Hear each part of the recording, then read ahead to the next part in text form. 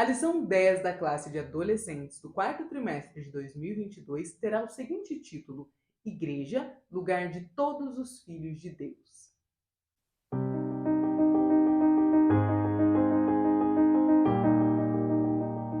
A paz do Senhor, querido aluno e professor da Escola Bíblica Dominical. Eu sou a irmã Damaris, sou professora da IBD, na congregação em que sirvo ao Senhor aqui na Assembleia de Deus em Curitiba. E hoje eu estou aqui para que nós possamos meditar juntos na lição 10 da classe de adolescentes. Pela graça do nosso Senhor, nós já chegamos na lição 10, estamos quase finalizando esta revista. E hoje nós falaremos sobre um assunto que é bastante discutido no meio dos adolescentes, que é o assunto acepção de pessoas. Então veja só. A nossa leitura bíblica está registrada lá em Tiago, capítulo 2, versículos 1 ao 9. Como eu sempre lembro a você, professor da classe de adolescentes, nós precisamos estar com a Bíblia aberta no versículo, nos versículos, porque eles não estão listados aqui na nossa lição, não estão escritos aqui, na verdade. A mensagem, o versículo-chave da nossa lição, se encontra em Gálatas, capítulo 3, e versículo 28, e nos diz assim: Nisto não há judeu, nem grego, não há servo, nem livre, não há macho, nem fêmea, porque todos vós sois um em Cristo Jesus. Como objetivos, nós temos 3, e hoje os objetivos são um pouquinho maiores do que o normal. Então, primeiro, conceituar o que é a acepção de pessoas, demonstrando o que a Bíblia fala sobre este tema. Segundo, mostrar que a prática de acepção de pessoas é inaceitável na igreja. E terceiro, ensinar aos adolescentes que eles devem respeitar todos os irmãos em Cristo. Temos aqui a leitura devocional, esqueci de falar, mas é sempre importante nós lembrarmos os nossos adolescentes de fazerem esta leitura para que eles possam ter mais profundidade bíblica. Aqui no Vamos Descobrir, que é a introdução da classe de adolescentes, já começa assim: a igreja é um lugar de comunhão, é um lugar onde nós nos reunimos e nós precisamos nos relacionar com outras pessoas de diferentes idades, de diferentes origens, às vezes até de diferentes nacionalidades, dependendo do lugar que você estiver. No Brasil, na sua igreja, tem pessoas de outras nacionalidades, ainda mais agora que nós estamos recebendo vários irmãos imigrantes de países vizinhos aqui do nosso país. Continuando, veja que a igreja, por ser um lugar de comunhão, é o lugar onde os irmãos se reúnem para louvar ao Senhor, para orar, para aprender as Escrituras e para servir uns aos outros. Nos primeiros anos do cristianismo, houve algumas dificuldades de convivência entre os irmãos de nacionalidades diferentes, como eu estava falando agora. Entretanto, a igreja primitiva superou essas dificuldades e aprendeu a conviver em comunhão e em unidade, mesmo tendo povos tão diferentes ali participantes da igreja de Cristo que estava nascendo. Essa é a vontade de Cristo para a sua igreja. E hoje nós aprenderemos nesta lição alguns princípios para a boa convivência com os nossos irmãos. Eu já mencionei a questão da nacionalidade, porque quando nós pensamos na igreja primitiva, nós precisamos nos lembrar que os 12 discípulos que Jesus escolheu eram judeus, assim como o próprio Jesus. Então a igreja se inicia com os judeus, só que ela não termina nos judeus. A própria Bíblia vai nos falar que Jesus veio para os seus, veio para os judeus, mas eles não o receberam. Então o Senhor abriu as portas da igreja para os gentios, que somos nós e todos aqueles não judeus que foram alcançados pelo poder do Evangelho. E a igreja primitiva era uma igreja recheada de pessoas de diferentes nacionalidades. Nós temos até entre os principais nomes da igreja primitiva mestres de outros lugares, como o próprio Lucas, que tornou-se um discípulo de Jesus, que tornou-se um evangelista e é mencionado na Bíblia. Tem 2 livros escritos por ele, o Evangelho de Lucas e também Atos. Então veja que a igreja sempre abriu as suas portas para que pessoas de diferentes nacionalidades fizessem parte dela.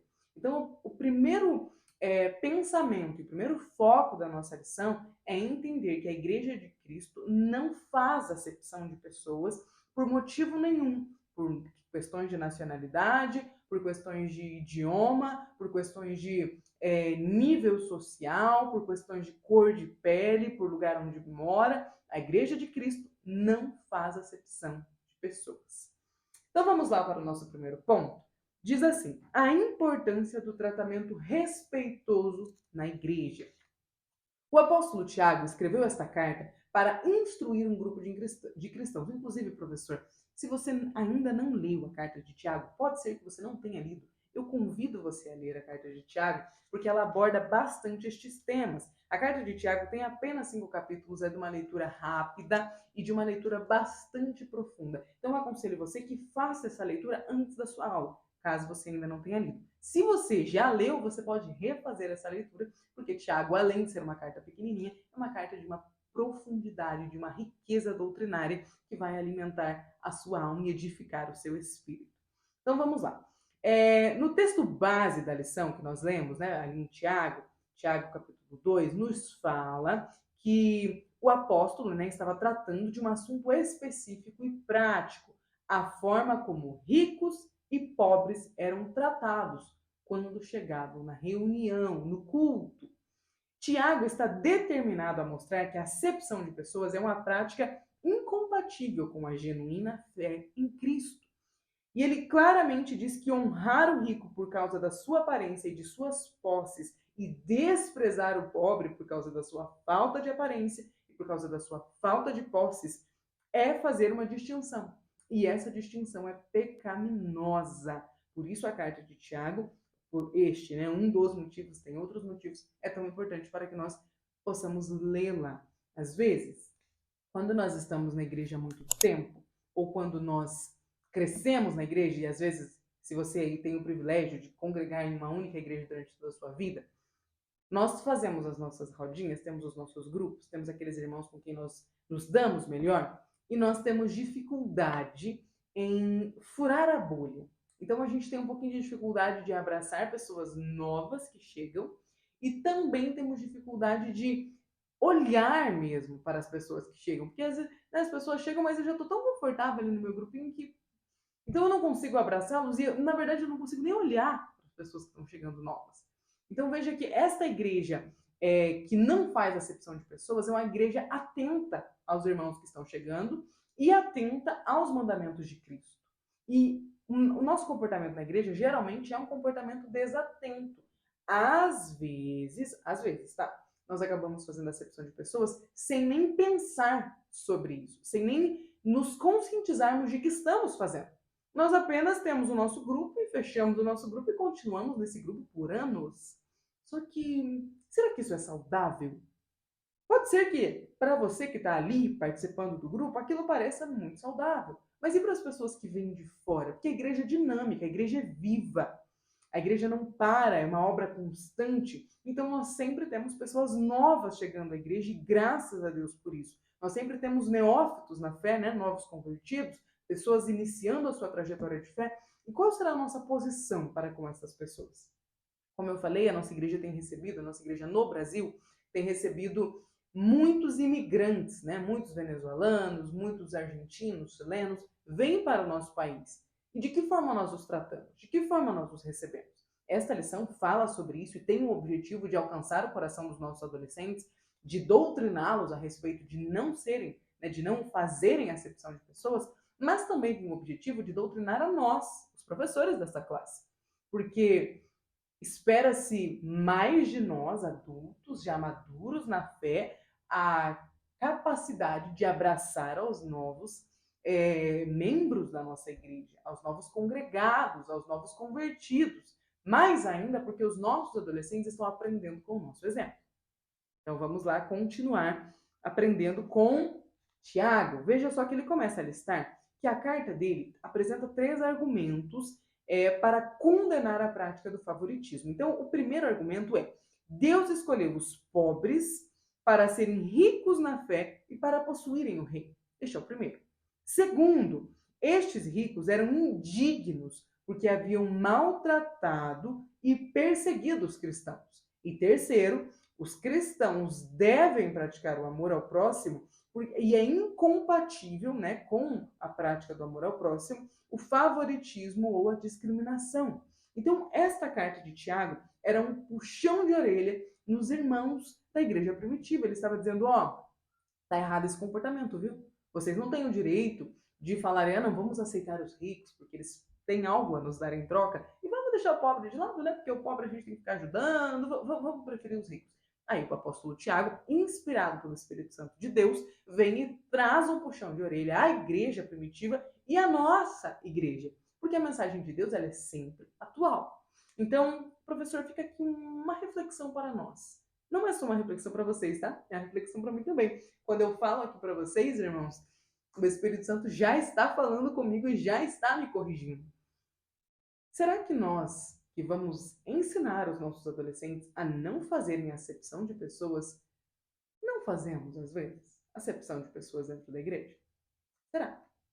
E fica essa pergunta aqui para nós. Veja que Tiago também diz que o povo de Deus deve seguir os princípios bíblicos, porque dessa maneira a igreja sempre será um lugar de comunhão, de respeito e de acolhimento para todos os irmãos em Cristo. Então a igreja ela deve ser um lugar de comunhão para todos os filhos de Deus. E quem são os filhos de Deus? Os filhos de Deus não são definidos por mim, nem por você. Os filhos de Deus são definidos pelo próprio Senhor.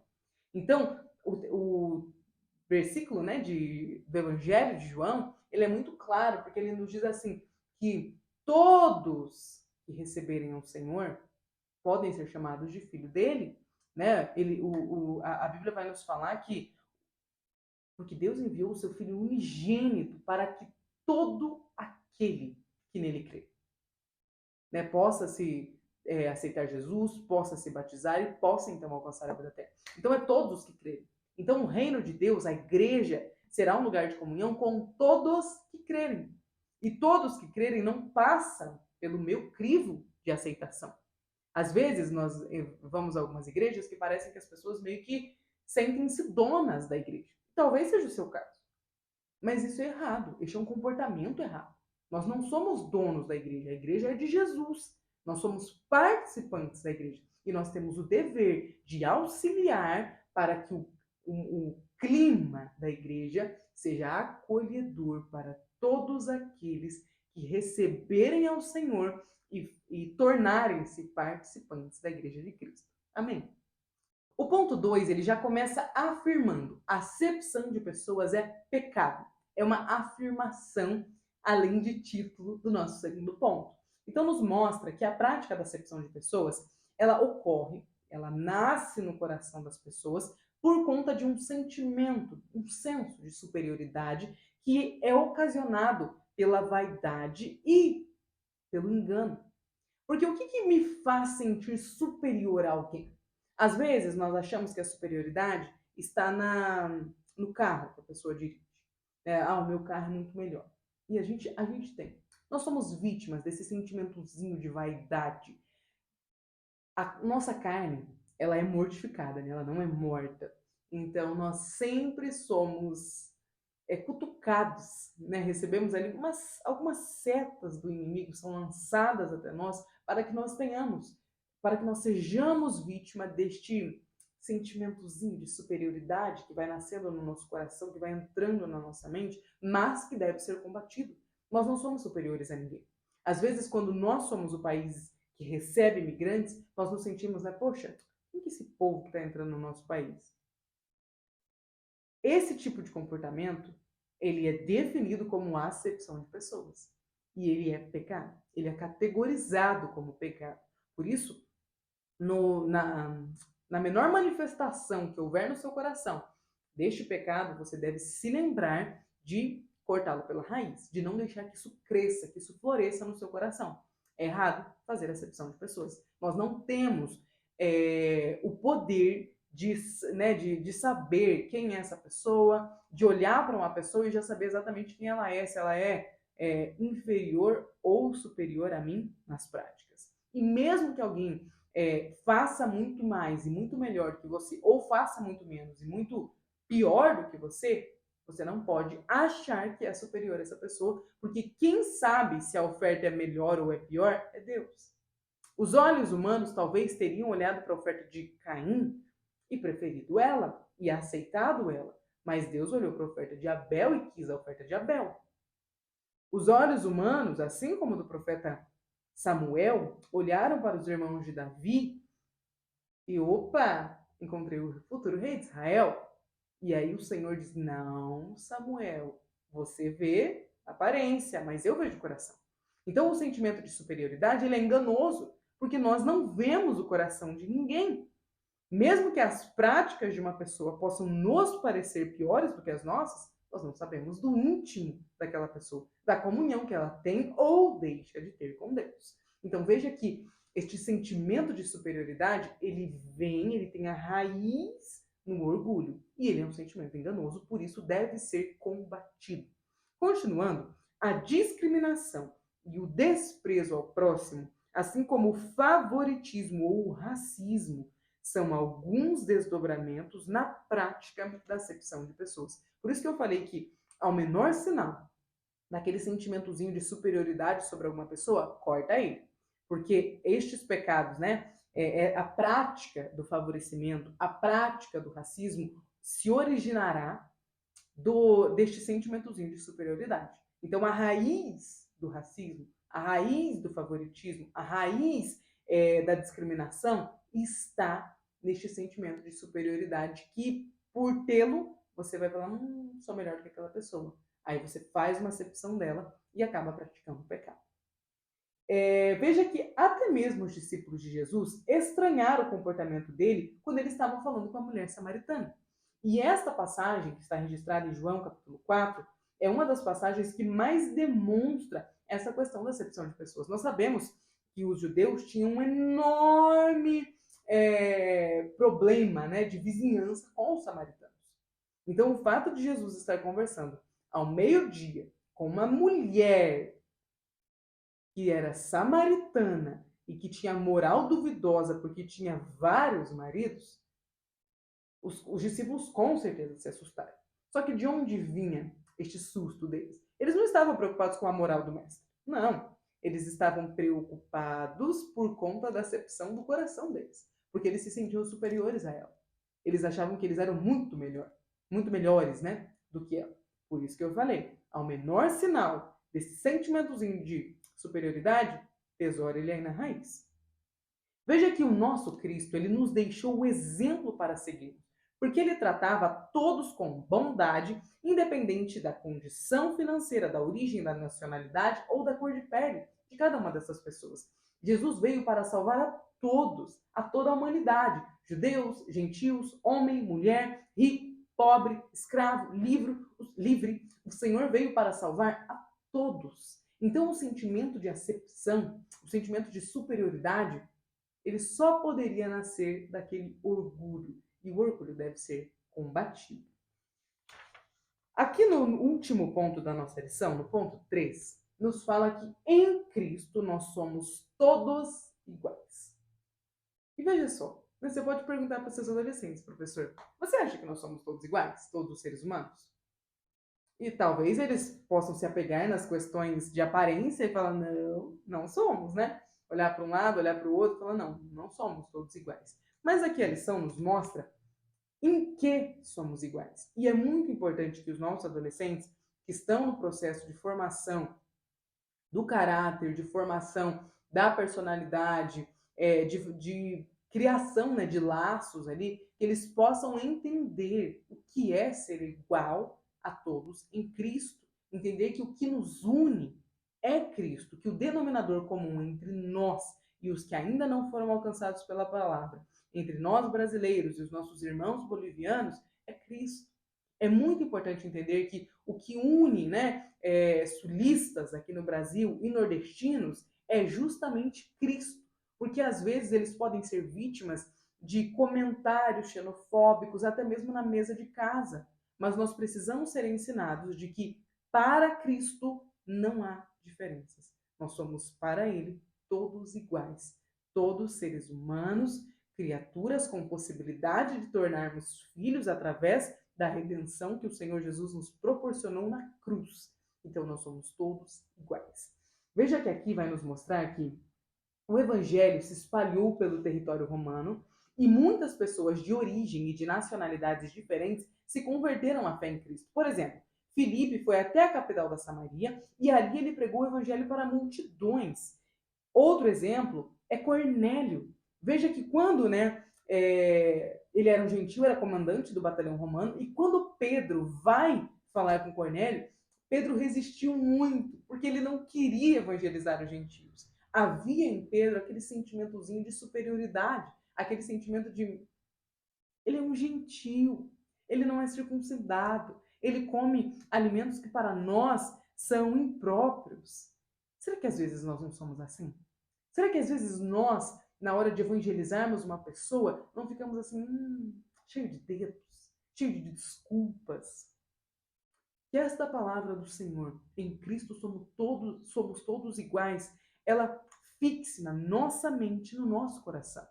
O que leva alguém a ir pregar a palavra de Deus em países distantes, em países estrangeiros, nos países da janela 10 por 40, os nossos irmãos missionários que estão na igreja perseguida, o que os leva para lá é o entendimento de que em Cristo nós somos todos iguais. Porque é muito mais confortável ficar só nós na nossa igreja.